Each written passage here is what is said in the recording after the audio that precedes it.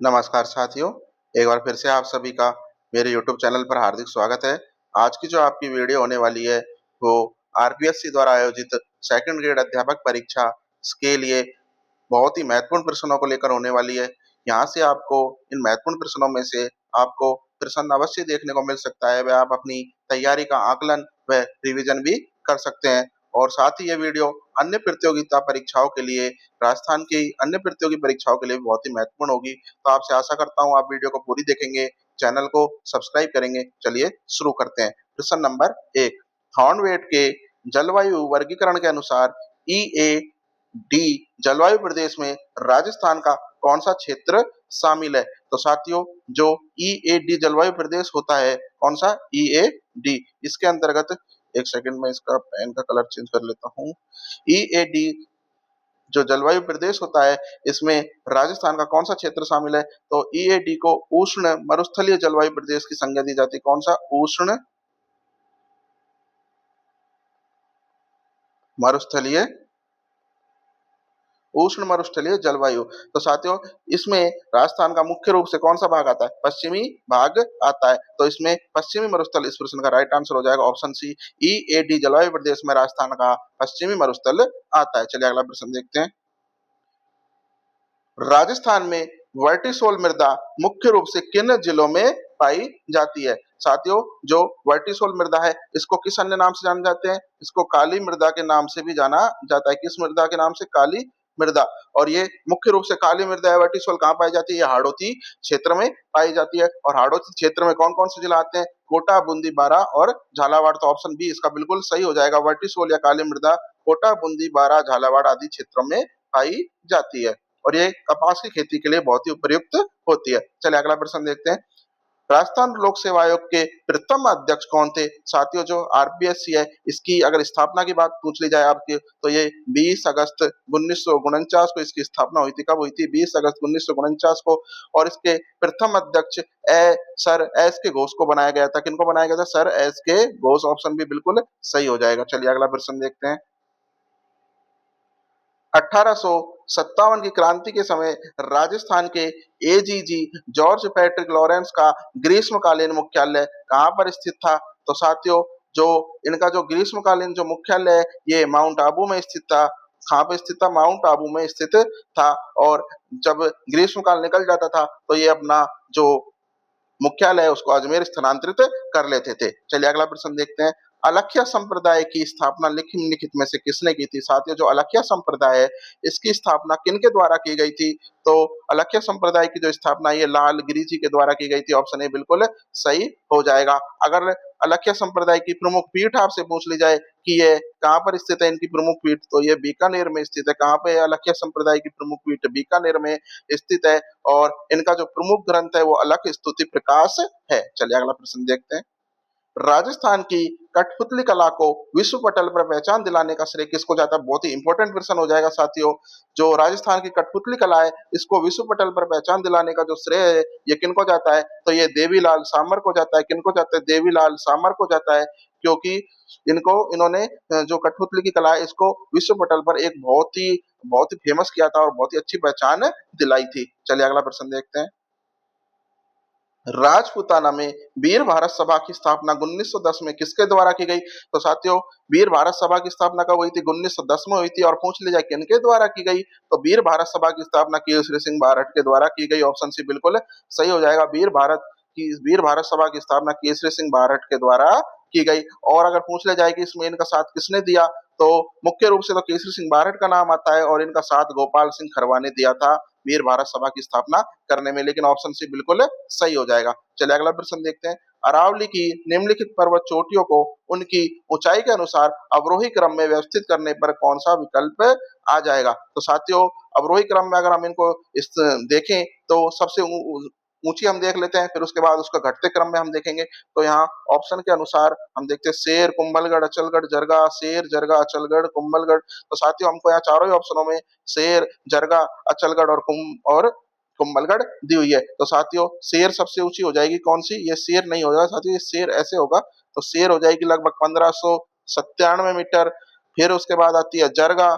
जरगा कितनी हो जाएगी? 1431 मीटर हो जाएगी। फिर आती है अचलगढ़, अचलगढ़ कितनी हो जाएगी? अचलगढ़ हो जाएगी 1380 मीटर। और उसके बाद आती है कुंभलगढ़, तो कुंभलगढ़ कितनी हो जाएगी? कुंभलगढ़ हो जाएगी 1224 मीटर। तो हम देखते हैं शेर जरगा, अचलगढ़ व कुंभलगढ़, तो ऑप्शन बी बिल्कुल सही हो जाएगा इसका, शेर जरगा, कुंभलगढ़ व अचलगढ़ व कुंभलगढ़। अवरोही क्रम में व्यवस्थित करने पर यही सही से सही विकल्प है। चलिए अगला प्रश्न देखते हैं।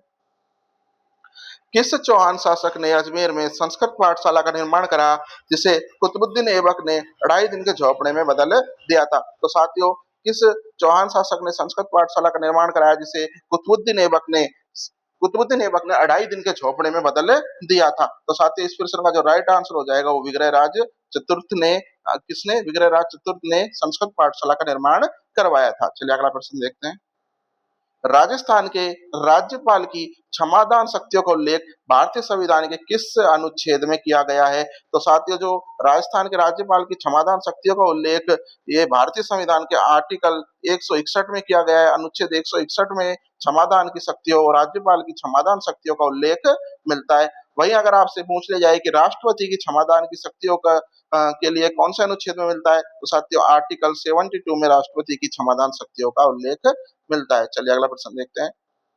प्रसिद्ध ऐतिहासिक ग्रंथ मोहनोत नैनसिरी ख्यात में राजपूतों की कितनी शाखाओं का उल्लेख किया गया है? तो साथियों, जो राजपूतों की जो 36 शाखाओं का उल्लेख मोहनोत नैनसिरी ख्यात में किया गया है, और मोहनोत नैनसी को राजस्थान का अबुल फजल कहा जाता है। चलिए अगला प्रश्न देखते हैं। बीकानेर बिरजा मंडल की स्थापना 1936 में मघाराम वैद द्वारा कहाँ पे की गई थी? तो साथियों, जो बीकानेर बिरजा मंडल है इसकी जो स्थापना हुई थी वो 4 अक्टूबर 1936 को हुई थी। कब हुई थी? 4 अक्टूबर 1936 को हुई थी। और ये कलकत्ता में की गई थी। इसकी स्थापना मघाराम वैद के द्वारा कहाँ पे की गई थी? कलकत्ता में की गई थी, और 4 अक्टूबर 1936 को की गई थी। चलिए अगला प्रश्न देखते हैं। त्रिकुट पर्वत जिस पर कैला देवी का प्रसिद्ध मंदिर स्थित है, राजस्थान के किस जिले में स्थित है? तो साथियों, जो त्रिकुट पर्वत पर कैला देवी का प्रसिद्ध जो मंदिर है ये राजस्थान के करौली जिले में स्थित है। किस जिले में स्थित है? करौली जिले में स्थित है। ऑप्शन बी बिल्कुल सही हो जाएगा। अगला प्रश्न देखते हैं। पश्चिमी राजस्थान में लाठी सीरीज पश्चिमी राजस्थान में लाठी सीरीज का क्षेत्र मूल रूप से क्या है? साथियों, जो पश्चिमी राजस्थान में ये लाठी सीरीज है ये मुख्य रूप से क्या है? तो साथियों, ये क्या है? गाय की प्रजाति है, या खनिज बेल्ट है, भूगर्भीय जल पट्टी है, या फिर प्राचीन चट्टानी श्रृंखला है? तो साथियों, ये एक लाठी सीरीज एक भूगर्भीय जल पट्टी है। क्या है? भूगर्भीय जल पट्टी है, जो कि जैसलमेर के, कहां से? जैसलमेर के से मोहनगढ़, साथियों जैसलमेर से मोहनगढ़ के बीच में एक भूगर्भीय मीठे जल की पट्टी को लाठी सीरीज कहा जाता है, और इसी क्षेत्र में सेवन घास भी पाई जाती है। तो मीठे जो जल की एक भूगर्भीय पट्टी है जो जैसलमेर से मोहनगढ़ के बीच में है, इसको लाठी सीरीज कहा जाता है। चलिए अगला प्रश्न देखते हैं। राजस्थान राज्य मानवाधिकार आयोग के कार्य क्षेत्र में किस सूची के विषय शामिल है? तो साथियों, जो राजस्थान राज्य मानवाधिकार आयोग है इनके कार्य क्षेत्र में किस सूची के विषय शामिल है? तो साथियों, इसका जो राइट आंसर हो जाएगा वो राज्य सूची व समवर्ती सूची दोनों के विषय इनके कार्य क्षेत्र में शामिल होते हैं। चलिए अगला प्रश्न देखते हैं।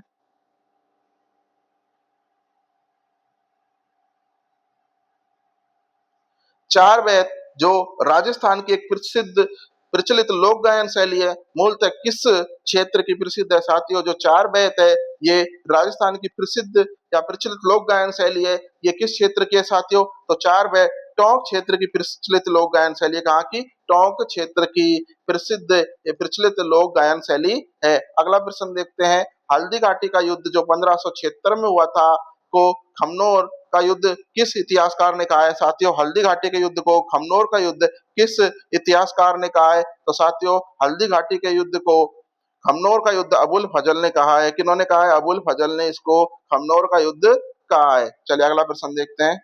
और अगर इसमें पूछ लिया जाए कि हल्दी घाटी के युद्ध को मेवाड़ की थर्मोपल्ली किसने कहा है? क्या मेवाड़ की थर्मोपल्ली किसने कहा है? तो मेवाड़ की थर्मोपल्ली इस युद्ध को कर्नल जेम्स टॉड ने कहा है। किसने कहा है? कर्नल जेम्स टॉड ने इसको मेवाड़ की थर्मोपल्ली कहा है। चलिए अगला प्रश्न देखते हैं। राजस्थान में लिग्नाइट कोयले का मुख्य निक्षेप कपूरडी किस जिले में स्थित है? तो साथियों लिग्नाइट कोयले का मुख्य क्षेत्र कपूरडी बाड़मेर जिले में स्थित है। ऑप्शन बी बिल्कुल सही हो जाएगा। कहाँ स्थित है? बाड़मेर जिले में स्थित है। और कपूरडी, जालिपा और गिरल राजस्थान के बाड़मेर जिले में लिग्नाइट के प्रमुख खनन क्षेत्र है। और पलाना अगर पूछ ले जाए कि पलाना किस जगह पे स्थित है, तो पलाना बीकानेर में स्थित है। कहाँ पे स्थित है? बीकानेर में स्थित है। चलिए अगला प्रश्न देखते हैं। मुख्यमंत्री की नियुक्ति राज्यपाल द्वारा की जाएगी, यह भारतीय संविधान के किस अनुच्छेद में वर्णित है? साथियों मुख्यमंत्री की जो नियुक्ति है राज्यपाल के द्वारा की जाती है। और अगर प्रश्न है कि भारतीय संविधान के किस अनुच्छेद में यह वर्णित है, तो आर्टिकल 164 में यह वर्णित है कि मुख्यमंत्री की जो नियुक्ति है राज्यपाल के द्वारा की जाएगी। चलिए अगला प्रश्न देखते हैं। मारवाड़ा परगनारी विगत ग्रंथ को राजस्थान का क्या कहा जाता है? तो साथियों जो मारवाड़ा परगनारी विगत है, इस ग्रंथ को राजस्थान का गजेटियर कहा जाता है। मारवाड़ा परगनारी विगत। और ये किसके द्वारा लिखित है? तो ये मोनोत नैन्सी के द्वारा रचित या मोनोत नैन्सी के द्वारा लिखित है। किनके द्वारा? मोनोत नैन्सी के द्वारा लिखित है। चलिए अगला प्रश्न देखते हैं। डूंगरपुर प्रजा मंडल की स्थापना 1944 में किसके द्वारा की गई? तो साथियों डूंगरपुर प्रजा मंडल की स्थापना 1 अगस्त 1944 को, जिन्हें बागड़ के गांधी कहा जाता है, और बागड़ के गांधी कहा जाता है और उनको क्या कहते हैं? भोगीलाल पांड्या उनका नाम है। तो बागड़ के गांधी भोगीलाल पांड्या के द्वारा डूंगरपुर प्रजा मंडल की स्थापना 1 अगस्त 1944 को की गई। कब की गई? 1 अगस्त 1944 को बागड़ के गांधी भोगीलाल पांड्या के द्वारा की गई। चलिए अगला प्रश्न देखते हैं। भोराट का पठार किन दो स्थानों के मध्य स्थित है? साथियों जो भोराट का जो पठार है, ये किन दो स्थानों के मध्य विस्तृत रूप से पाया जाता है? तो ये गोगुंदा और कुंभलगढ़ के बीच पाया जाता है। किनके बीच? गोगुंदा और कुंभलगढ़ के बीच भोराट का पठार पाया जाता है। चलिए अगला प्रश्न देखते हैं। राजस्थान के किस लोक संत को पर्यावरण वैज्ञानिक के रूप में जाना जाता है? साथियों तो पर्यावरण वैज्ञानिक के रूप में संत जाम्बू को जाना जाता है। किनको जाना जाता है? संत जाम्बू को जाना जाता है। संत जाम्बू को पर्यावरण वैज्ञानिक के रूप में जाना जाता है। ऑप्शन डी बिल्कुल सही हो जाएगा। चलिए अगला प्रश्न देखते हैं। 1927 में अखिल भारतीय देसी राज्य लोक परिषद का प्रथम अधिवेशन कहां पर आयोजित हुआ था? तो साथियों जो 1927 में अखिल भारतीय देसी राज्य लोक परिषद का प्रथम अधिवेशन ये बंबई में हुआ था। कहां पर हुआ था? बंबई में आयोजित हुआ था। और देसी राज्यों में जो देसी रियासतें थी, उनमें उत्तरदायी शासन की स्थापना के लिए इसका आयोजन किया गया था। चलिए अगला प्रश्न देखते हैं। सोम अंबा कमला परियोजना सिंचाई परियोजना राजस्थान के किस जिले में स्थित है? तो साथियों जो सोम अंबा कमला परियोजना है राजस्थान के डूंगरपुर जिले में स्थित है। कहाँ पे स्थित है? डूंगरपुर जिले में स्थित है। चलिए अगला प्रश्न देखते हैं। पंचायती राज संस्थाओं में महिलाओं के लिए 50% आरक्षण का प्रावधान राजस्थान में किस वर्ष लागू किया गया? साथियों जो पंचायती राज है, इसकी जो संस्थाएं हैं, उनमें महिलाओं के लिए 50% आरक्षण का प्रावधान राजस्थान में सन 2009 में कब किया गया? 2009 में लागू किया गया। सन 2009 में लागू किया गया। और 33% से बढ़ाकर इसको क्या किया गया? 50%। इससे पहले ये कितना था? 33% था। और 2009 में इसको बढ़ाकर कितना कर दिया गया? 50% कर दिया गया। चलिए अगला प्रश्न देखते हैं। दावड़ा कांड जो कि 13 मार्च 1947 को हुआ था, का संबंध राजस्थान के किस प्रजा मंडल या किसान आंदोलन से था? तो साथियों दावड़ा कांड का संबंध मारवाड़ किसान आंदोलन से था। किससे था? मारवाड़ किसान आंदोलन से था। और ये 13 मार्च 1947 को डीडवाना नागौर के डावड़ा गांव में मारवाड़ लोक परिषद और किसान सभा के संयुक्त अधिवेशन पर जागीरदारों ने हमला किया था, जिसको डावड़ा कांड कहा जाता है। इसमें डीडवाना नागौर के डावड़ा गांव में मारवाड़ लोक परिषद और किसान सभा का जो संयुक्त अधिवेशन चल रहा था, उस पर जागीरदारों ने हमला किया था। इसी को डावड़ा कांड कहा जाता है। चलिए अगला प्रश्न देखते हैं। श्रावण प्रतिक्रमण सूत्र चूर्णी नामक चित्रित ग्रंथ किस चित्रकला शैली का प्रथम उपलब्ध ग्रंथ है? साथियों तो किस चित्रकला शैली का प्रथम उपलब्ध ग्रंथ है? तो ये मेवाड़ शैली का प्रथम उपलब्ध ग्रंथ है। किसका? श्रावण प्रतिक्रमण सूत्र चूर्णी मेवाड़ शैली का क्या है? प्रथम उपलब्ध ग्रंथ है। चलिए अगला प्रश्न देखते हैं। किस प्रतिहार शासक ने आदिवरा और प्रभास की उपाधि धारण की है? साथियों ऐसा कौन सा प्रतिहार शासक था जिसने आदिवरा और प्रभास की उपाधि धारण की थी? तो बहुत ही इंपॉर्टेंट प्रश्न हो जाएगा। आदिवरा और प्रभास की उपाधि धारण करने वाले प्रतिहार शासक का जो नाम हो जाएगा, वो हो जाएगा ऑप्शन सी मिहिर भोज। किसने आदिवरा और प्रभास की उपाधि मिहिर भोज ने धारण की थी। और साथियों अगर पूछ लिया जाए कि गुर्जर प्रतिहार वंश के सबसे प्रतापी शासक का नाम, तो वो भी मिहिर भोजी आएगा। चलिए अगला प्रश्न देखते हैं।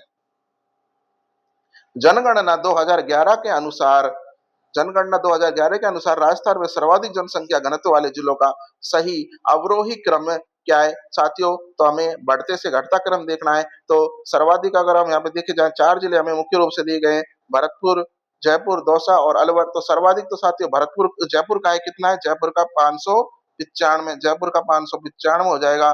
भरतपुर का कितना हो जाएगा साथियों? भरतपुर का 503 हो जाएगा। दौसा का कितना हो जाएगा? दौसा का 476 हो जाएगा। और अलवर का देखा जाए तो अलवर का 438 हो जाएगा। तो जयपुर का कितना है? 595। तो सर्वाधिक जयपुर, तो पहले स्थान पे जयपुर आएगा, उसके बाद भरतपुर, उसके बाद दौसा और अलवर। तो ऑप्शन ए बिल्कुल सही हो जाएगा। जयपुर का 595, भरतपुर का 400, भरतपुर का सॉरी 503, दौसा का 476 और अलवर का 438। तो जयपुर, भरतपुर, दौसा और अलवर इसका राइट आंसर हो जाएगा। चलिए अगला प्रश्न देखते हैं। राजस्थान विधानसभा के प्रथम अध्यक्ष कौन थे साथियों? जो राजस्थान विधानसभा है इसके प्रथम स्पीकर कौन थे? तो प्रथम स्पीकर की बात करें तो नरोत्तम लाल जोशी इसका राइट आंसर हो जाएगा। नरोत्तम लाल जोशी प्रथम विधानसभा के अध्यक्ष थे, जो कि 1952 से 1957 के मध्य थे। कब थे? 1952 से 1957 के मध्य थे। और अगर इनके प्रथम विधानसभा के, राजस्थान विधानसभा के अगर उपाध्यक्ष पूछ ले जाए तो लाल सिंह सक्तावत। कौन? लाल सिंह सक्तावत उपाध्यक्ष थे। कौन थे? लाल सिंह सक्तावत। चलिए अगला प्रश्न देखते हैं।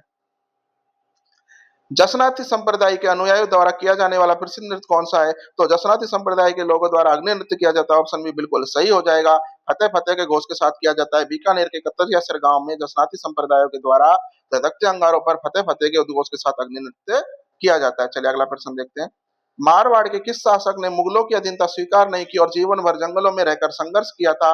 तो साथियों मारवाड़ का ऐसा कौन सा शासक है जिसने मुगलों की अधीनता स्वीकार नहीं की और जीवन भर जंगलों में रहकर संघर्ष किया? इंपॉर्टेंट प्रश्न हो जाएगा। तो मारवाड़ का प्रतापी शासक राव चंद्रसेन इसका राइट आंसर हो जाएगा। ऑप्शन सी, मारवाड़ के प्रतापी शासक राव चंद्रसेन ने कभी भी अकबर की अधीनता स्वीकार नहीं की और आजीवन छापामार युद्ध प्रणाली से संघर्ष किया था। चलिए अगला प्रश्न देखते हैं। राजस्थान में सीसा व जस्ते की सबसे बड़ी खान जावर किस जिले में स्थित है? तो साथियों सीसा व जस्ते की खान, जिसको जावर के नाम से जानते हैं, ये उदयपुर जिले में स्थित है। और ये महाराणा लाखा के समय ये मिली थी। और ये भारत की सबसे बड़ी सीसा व जस्ता की खान है। कौन सी? जावर की खान। चलिए अगला प्रश्न देखते हैं। आभूषण चूप शरीर के किस अंग में पहना जाता है साथियों? तो जो चूप आभूषण है ये दांतों में पहना जाता है। कहाँ पे पहना जाता है? ऑप्शन डी बिल्कुल सही हो जाएगा। दांतों में पहना जाता है। वहीं अगर आपसे पूछ लिया जाए कि चोप आभूषण कहाँ पहना जाता है, तो चोप आभूषण कहाँ पहना जाता है साथियों? चोप आभूषण नाक में पहना जाता है। चलिए अगला प्रश्न देखते हैं। राजस्थान के मुख्य सचिव की नियुक्ति किसके द्वारा की जाती है साथियों? तो चीफ सेक्रेटरी की जो नियुक्ति है ये मुख्यमंत्री के द्वारा की जाती है। किसके द्वारा? मुख्यमंत्री के द्वारा की जाती है, क्योंकि ये राज्य प्रशासन का सर्वोच्च अधिकारी होता है और इसकी नियुक्ति मुख्यमंत्री के द्वारा की जाती है। चलिए अगला प्रश्न देखते हैं। कोपेन के जलवायु वर्गीकरण के अनुसार एडब्ल्यू जलवायु प्रदेश राजस्थान के किस भाग में पाया जाता है साथियों? तो जो एडब्ल्यू प्रदेश होता है, ये एडब्ल्यू जलवायु प्रदेश ये उष्ण कटिबंधीय आर्द्र जलवायु। साथियों कैसी? उष्ण कटिबंधीय आर्द्र जलवायु कौन सी होती है? उष्ण कटिबंधीय आर्द्र जलवायु होती है, जो कि मुख्य रूप से कहाँ पाई जाती है? हमारे दक्षिणी भाग में पाई जाती है। बांसवाड़ा, डूंगरपुर, प्रतापगढ़ और झालावाड़ जिलों में पाई जाती है। तो बी ऑप्शन बिल्कुल सही हो जाएगा। एडब्ल्यू प्रकार की जलवायु राजस्थान के दक्षिणी भाग में पाई जाती है। चलिए अगला प्रश्न देखते हैं। मोतीलाल तेजावत द्वारा तैयार किया गया 21 सूत्रीय सूची मांग पत्र किस नाम से जाना जाता है? तो साथियों जो 21 सूत्रीय मांग पत्र था ये मेवाड़ पुकार के नाम से जाना जाता है। किस नाम से जाना जाता है? मेवाड़ पुकार के नाम से जाना जाता है। और किन्होंने तैयार किया? मोतीलाल तेजावत ने तैयार किया। और ये जो एक ही आंदोलन है इसके प्रणेता भी कौन हो जाएंगे? मोतीलाल तेजावत हो जाएंगे। अगर आपसे प्रश्न पूछ लिया जाए कि एक ही आंदोलन के प्रणेता कौन थे, तो एक ही आंदोलन के प्रणेता भी मोतीलाल तेजावत हो जाएंगे। चलिए अगला प्रश्न देखते हैं। भीलों द्वारा विवाह के अवसर पर घुटनों के बल बैठकर किया जाने वाला नृत्य कौन सा होता है? तो साथियों जो घुटनों के बल नृत्य किया जाता है और भीलों द्वारा किया जाता है, तो इस प्रश्न का राइट आंसर हो जाएगा ये हाथी मना नृत्य हो जाएगा, क्योंकि ये भीलों के द्वारा विवाह के अवसर पर घुटनों के बल बैठकर किया जाता है। चलिए अगला प्रश्न देखते हैं। राजस्थान निर्वाचन आयोग राज्य निर्वाचन आयोग सॉरी भारतीय संविधान के तहत एक कैसा निकाय है साथियों? जो राज्य निर्वाचन आयोग है, ये भारतीय संविधान के तहत कैसा निकाय है? तो साथियों ये एक संवैधानिक निकाय है। कैसा निकाय है? संवैधानिक निकाय है राज्य निर्वाचन आयोग। कैसा है? संवैधानिक निकाय है, क्योंकि जो भारतीय संविधान का जो अनुच्छेद है, भारतीय संविधान के अनुच्छेद 243 के और 243 जेड ए के तहत पंचायत और जो नगर पालिका के चुनाव है, जो उनको कराने के लिए राज्य निर्वाचन आयोग का गठन किया गया है। किनके लिए? पंचायत व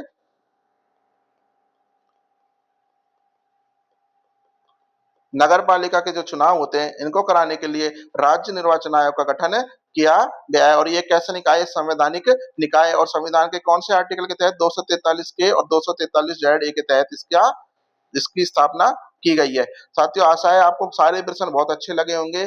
चैनल को सब्सक्राइब कर लीजिए, बेल आइकन को दबा लीजिए ताकि आपको वीडियो के नोटिफिकेशन मिलते रहें। मिलते हैं अगली वीडियो में। धन्यवाद।